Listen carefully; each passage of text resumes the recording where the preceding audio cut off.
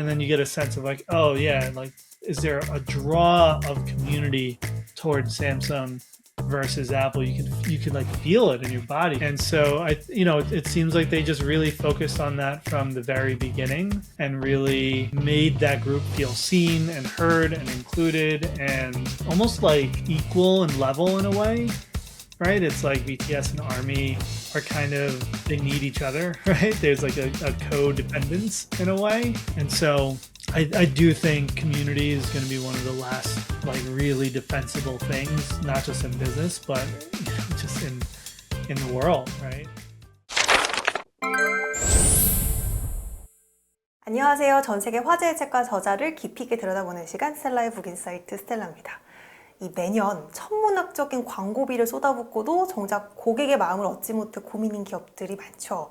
관심 있는 사람들을 모아보려고 큰 행사를 정말 열심히 준비했는데 정작 돈 주고 부르지 않으면 사람들이 안 오고, 이 모임이 많아졌다지만 막상 가보면 뻘쭘하기만 하고 좋은 대화들이 오가지 않는 모임도 많습니다. 많은 사람들의 관심을 끌고 사람들을 많이 모으기만 하면 되는 줄 알았는데 뭐가 문제일까요? 그래서 오늘은 커뮤니티 빌딩의 전략을 잘 알려주는 책을 가져왔습니다. 이 미국에서는 커뮤니티 빌딩의 교과서라고 불린다고 하더라고요. 이 구글, 에어비앤비, 노션 같은 글로벌 기업들은 이 커뮤니티를 통해서 폭발적으로 성장했잖아요. 오늘은 이런 기업들의 커뮤니티 성장 설계도를 그린 전 세계 커뮤니티 매니저들의 멘토이자 강력한 커뮤니티가 필요한 기업들의 코칭을 맡고 있는 데이비드 스핑스와 함께 연결의 힘에 대한 이야기를 나눠보겠습니다. Welcome to SaaS Insights. I'm your host, Stella. Joining us today is David Spinks, the visionary behind CMX and the strategist who taught the world how to turn users into fanatical communities. Having advised global giants like Google, Meta, and Salesforce, he has proven that a well-built community is the most powerful engine for business growth. And he is the author of Business of Belonging, known in Korea as Community 전략 Bible. David, welcome to the show. I've been so looking forward to this conversation. Oh, thanks, Stella. I really appreciate you having me. Could you please start by greeting our Korean audience and giving us a brief introduction of yourself? Yeah, sure. Yeah, so I'm David. I've been building community since I was a teenager. Started with video games. I became really hooked on the internet and how to build community there, and it quickly became a career. When I started building community, though, there really weren't a lot of people doing that work yet, so we kind of had to figure it out ourselves. And so we did, and then ended up building a community for community managers and just learned a ton along the way around what it means to build community today in the age of the internet. And what does it mean to build community in the context of business? And so I've spent most of my career doing that. And today I'm a coach and I work with community leaders and founders to help them with building their communities and businesses. Wonderful. It's really wonderful to have you here. The word community is used quite broadly, I think. It's often like confused with simple social gatherings like meetup events or even online message boards, right? So from your professional perspective, how do you draw the line here? Like, how do you define a true community in a business context? Yeah, it's one of those questions that you're going to get 100 different answers for, right? Like, what is community? Everyone's going to say something different because, as you said, it could be a social group, it could be your family, it could be a sports team, customers, or your religion. It really spans anywhere that people are connecting. And so I actually try not to get too bogged down in defining community of like, oh, that group is or that group isn't, and just really think about like, what is the purpose of these people coming together? Are we trying to solve a problem together? Are we trying to learn together? Are we participating in a hobby or activity together? Are we healing together, practicing the spirituality together? So what's the purpose bringing us together? And then you could go to those members and ask them, do you feel like you're a part of this community? And they'll tell you, right? And that will tell you a lot more about whether or not a group is a community than trying to come up with some sort of external definition of it. So to bring this to life, I prepared a quick community litmus test. I'll name a few groups and you tell me if they're a true community in your perspective. So, as you said, there are no right or wrong answers, just your expert take on what makes a community truly powerful. So in Korea, we use O for true and X for false. So give me an O or an X and like 10 seconds of Y for each. Ready? I don't know. I'm gonna say like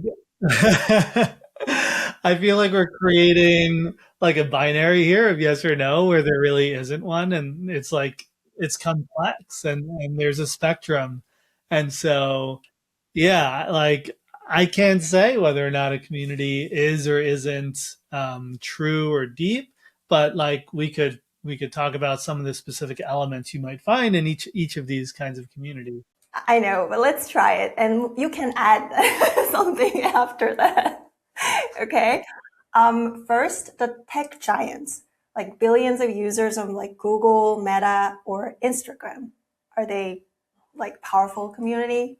I would say like if you another way that I look at communities too are in these concentric circles. So you could take any community and at the center you're going to have this depth and more of this kind of density. And then as you move into the outer rings, it's looser. So what you're describing sounds like the outer rings, right? It's like more of an audience or a network. Like I don't know that anyone would really say I'm a part of the Instagram community, but I'd say within it, there are going to be all these more in-depth communities. Right. Nice answer. Okay. What about Apple fans active in like specialized forums or McCafes? Yeah, so that feels a little bit more of like an inner circle. So would that be the circle? Yes. Yeah, and Apple is one of the first great examples of a business building community because people just started talking on these user groups without the company even organizing it. And they wanted to be there. They wanted to help each other. They wanted to ask questions and learn together. And so that's actually a good example of a community in business that actually had more depth. Yeah. Okay, so okay. And how about Notion or Lululemon ambassadors, the super advocates with or without pay? Yeah. So now we're like getting even more towards the center of the concentric circle. So I'll give that a no. Yeah. Like the advocates, the people who love the brand so much that they want to be out there promoting and talking about and creating content. If you ask those people, I'm guessing they would say, yes, I feel like I'm a really strong part of this community. Very good. What about transaction-based platforms, Airbnb or Carrot, our number one local marketplace in Korea? Yeah, not so much, right? When it's really transactional, there's not really those relationships forming. Now, Airbnb does have those like inner circles. They have their superhost program, and so parts of that community will have that depth. But as a whole, as a platform, I would say it's an X. That's more in the outer ring. Yeah. Okay, good. Okay, so in Korea, Carrots is trying to move from X to O. I know it's really hard, but maybe we can talk about that later.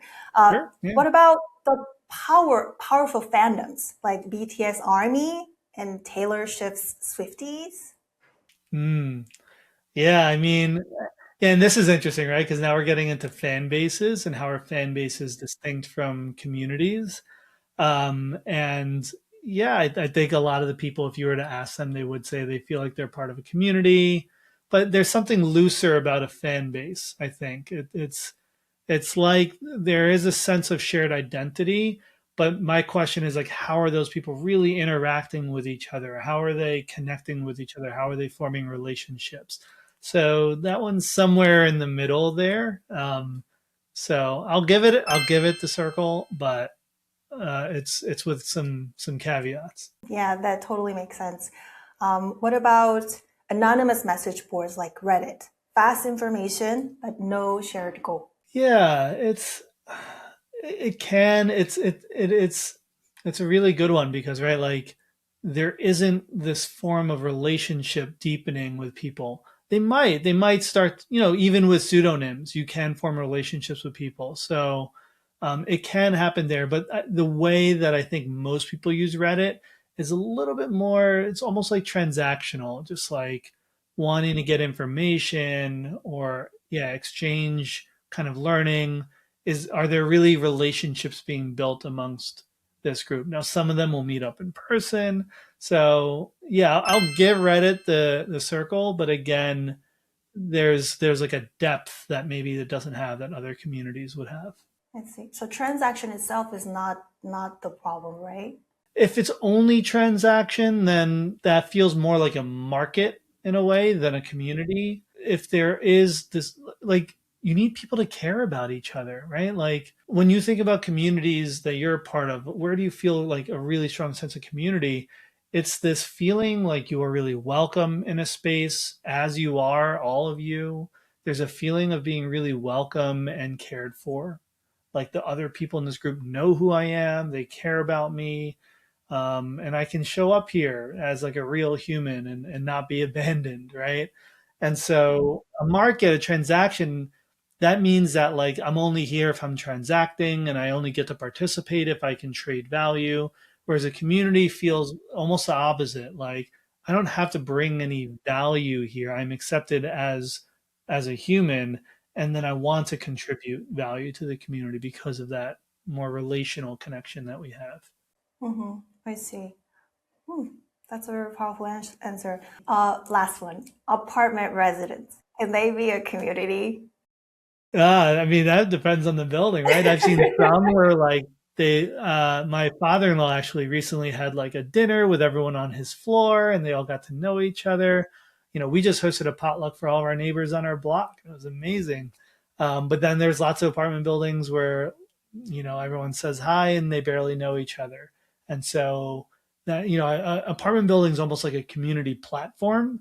But we know that the platform, the technology or the space doesn't make the community. It's really what's inside of it. So that one's depends, you know, it could be either one.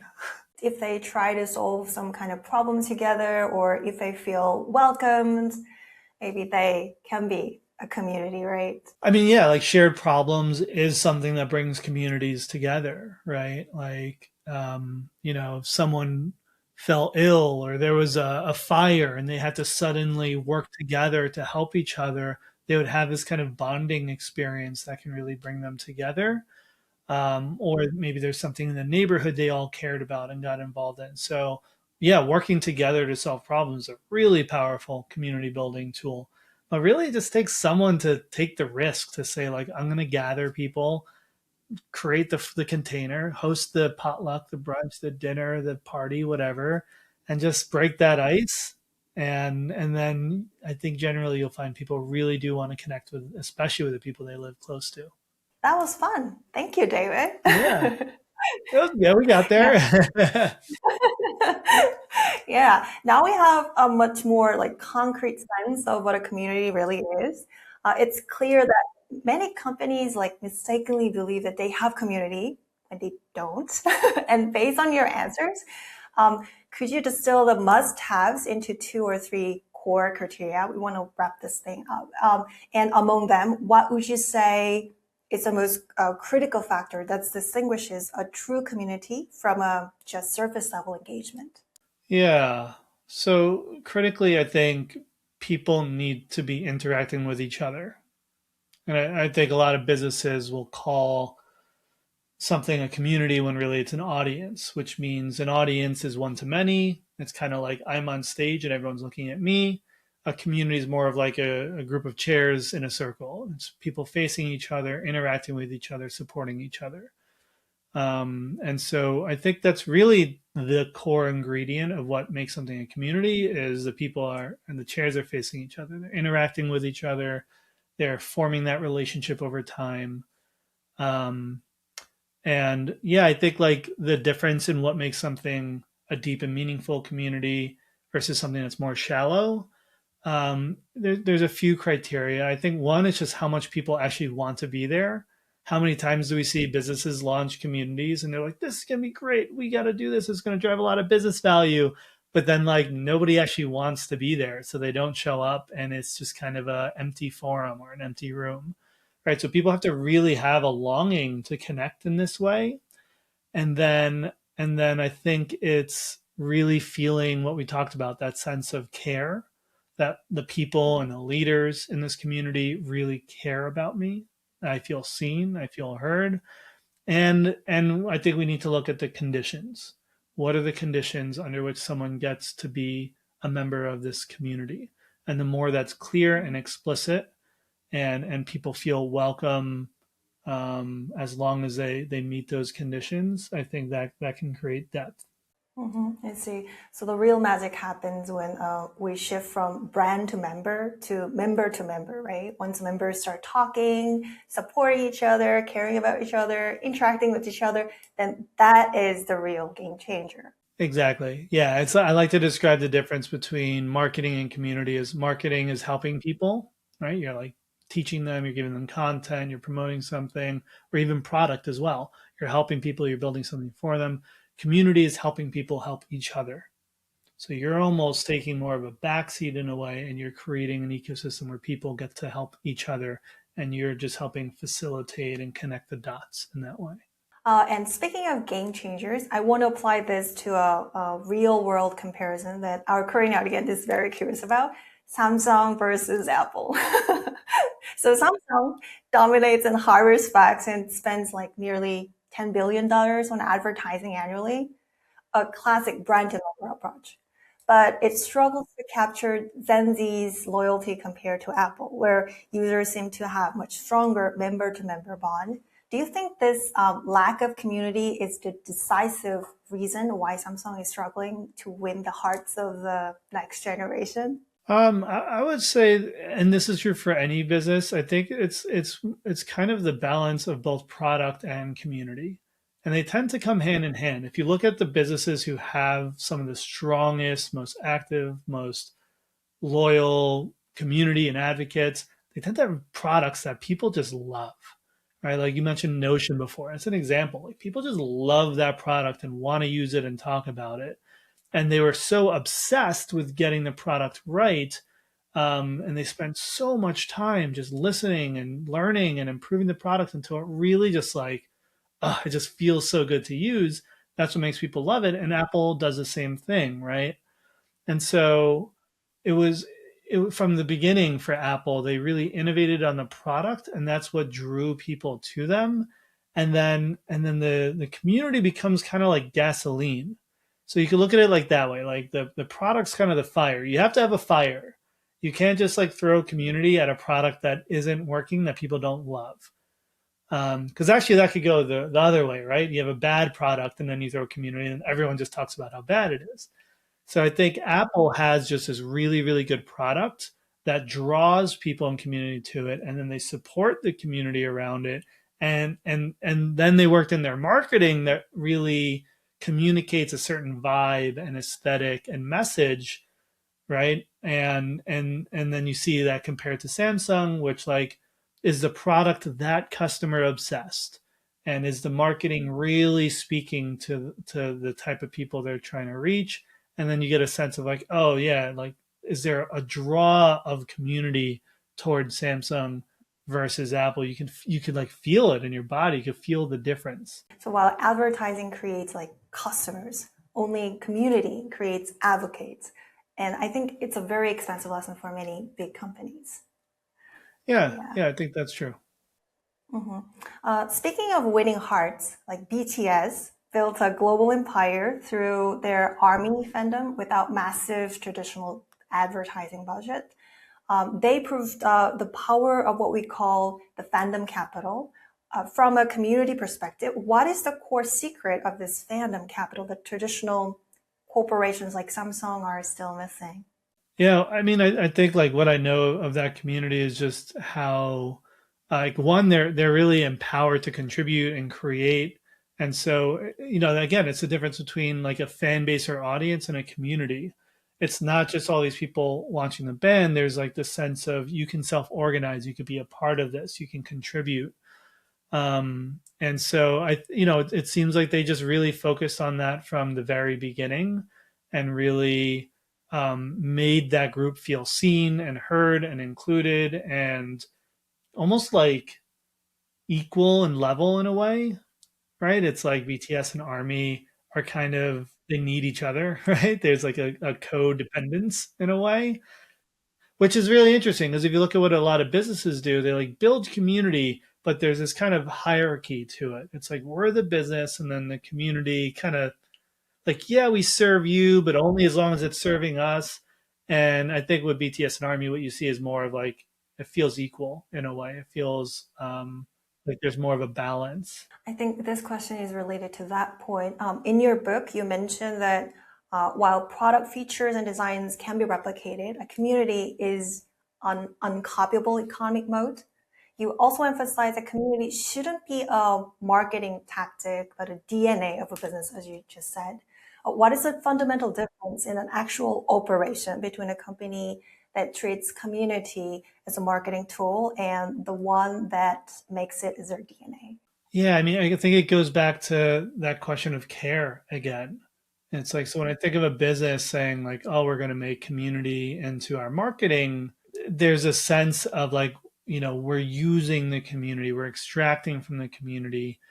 Like, I don't get the feeling of you really care about the community, you really care about these members, as opposed to the company where it's in the DNA. And from day one, before they even have a product, there's just this sense of like, we really care about these people, not because that looks good on a billboard, but like there's a heartfelt connection to the people we're serving. We're going to show up, we're going to listen, we're going to admit when we make mistakes, we're going to keep channels of communication open. There's a sense of like trust and fluidity between the business and the people they serve, rather than this like, we are the business and you're here only to the extent you're valuable to us. Like, that doesn't communicate care.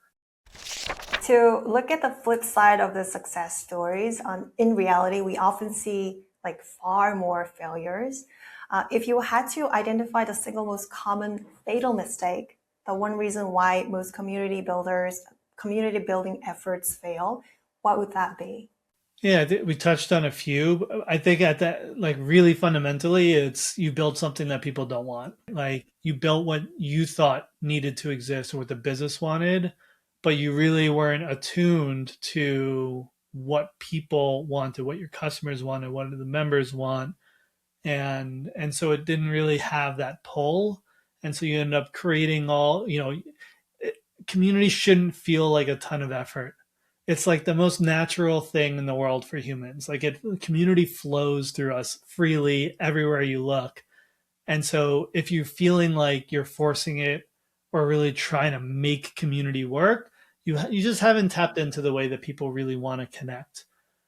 So I would go back to talking to the members, the customers, and really try to develop an intuition for like what are the ways that these people are really longing to connect.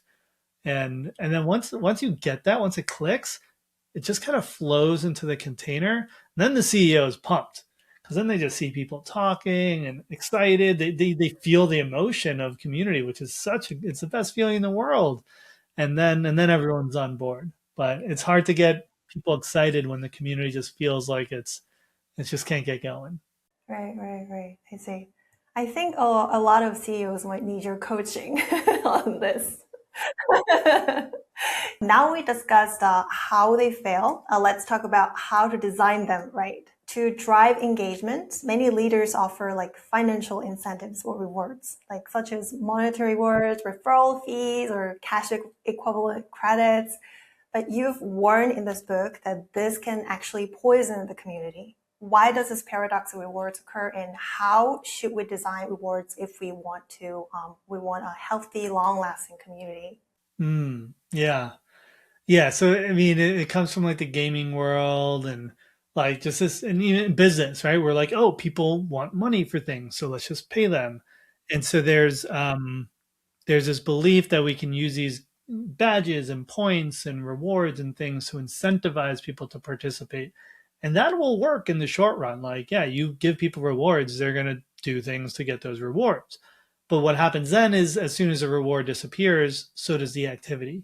Because they weren't doing it from an intrinsic place because they genuinely wanted to, they're doing it to get the reward, right? It's like I have a 5-year-old son and he started just cleaning the dishes after dinner on his own. Like he just wanted to do a good thing. But if I started saying, all right, I'm going to give you $1 every time you clean the dishes, it actually switches in our brains. It goes from an intrinsic reward to an extrinsic reward, and it replaces that intrinsic motivation because now he's going to be like, give me $1 or I'm not doing it, right? It becomes a transaction is what we talked about before. And so when we lead with those incentives, we lose a chance to really develop that intrinsic motivation. And when we add those kinds of incentives to something where people were already intrinsically motivated, it could actually undermine the community and remove that intrinsic motivation. So I like to use rewards more as like surprise and delight, more as like an emotional gift, a thank you, not as a transaction. I see. I see. When those like activities actually accumulate, then we can build our trust together in our relationship. I want to ask you questions about AI. Like these days, we see AI rapidly replacing like technical skills like coding, writing, and even design. It's creating a lot of anxiety for many, I think. And in this context, Sam Altman of OpenAI noted that trust in relationships will be the scarcest resource in the AI era. But paradoxically, as we spend more time with these algorithms and AI generated content, we seem to be falling into a new kind of like digital isolation. While technology connects us more than ever, it often lacks true human warmth. So do you believe community will be the last bastion of humanity, an uncopyable domain that AI can never truly replicate? Oh, those are two meaty questions. Yeah. So on AI, yeah, I mean, what wild times we're living in, right? And I see like two things happening. One is people are turning to AI to fill social needs that they used to turn to people for.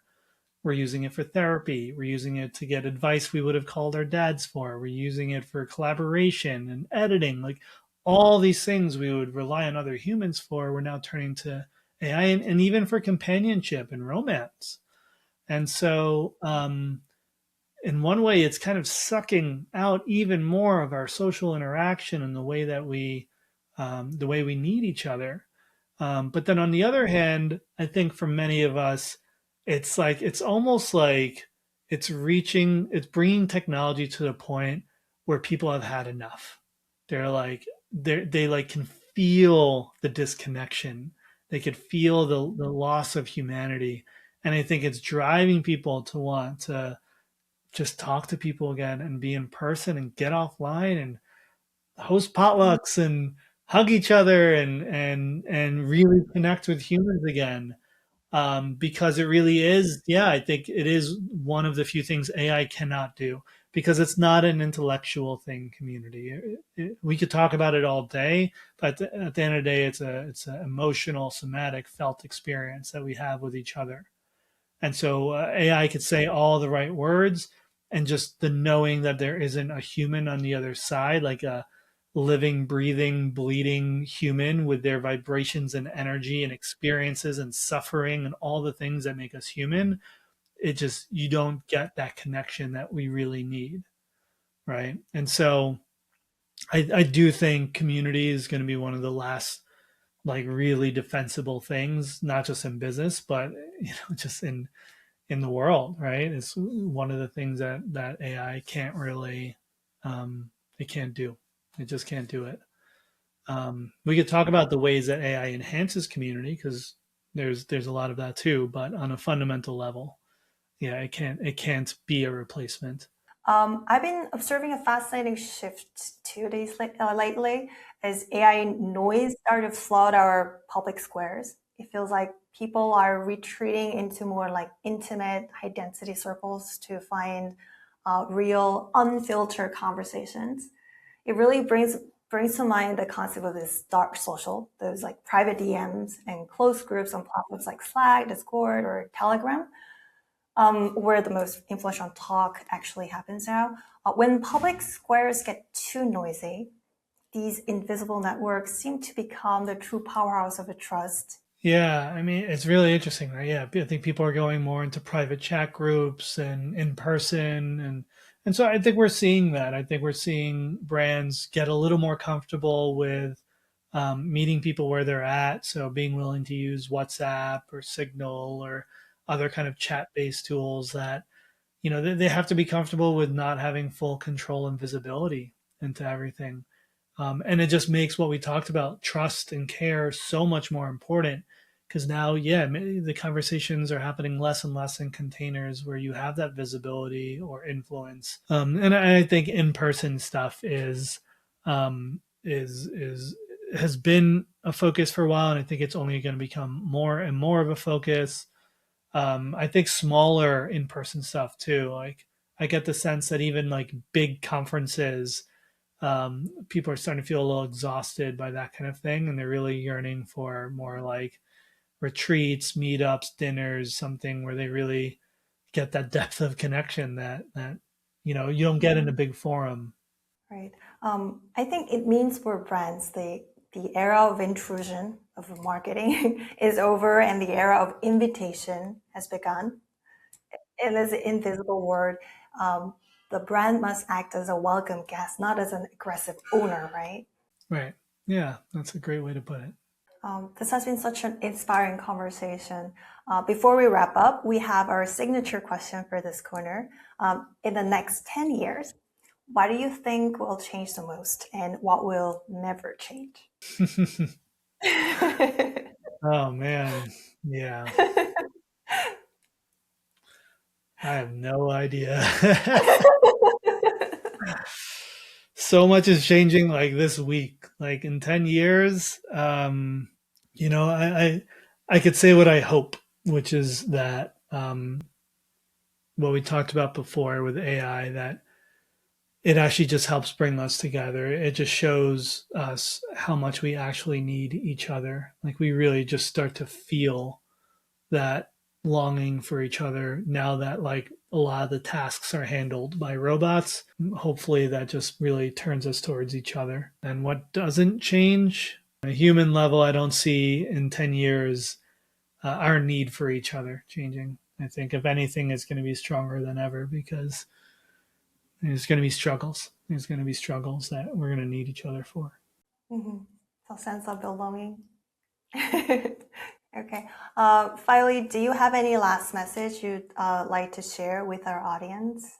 Just gratitude. Yeah, I just feel gratitude. I think anyone who's listening or watching this is caring about community and caring about people, and I could feel their hearts and their care. And so I just want them to know that I feel that, and I feel grateful for them. Okay, the more high-tech we get, the more high-touch we need to be. David, thank you so much for reminding us that business is ultimately about human connection. It's been a real pleasure having you. Thank you so much. 데이비드 스핑스와 함께한 오늘의 대화 어떠셨나요? 이 커뮤니티를 만들어야 서비스가 성공한다.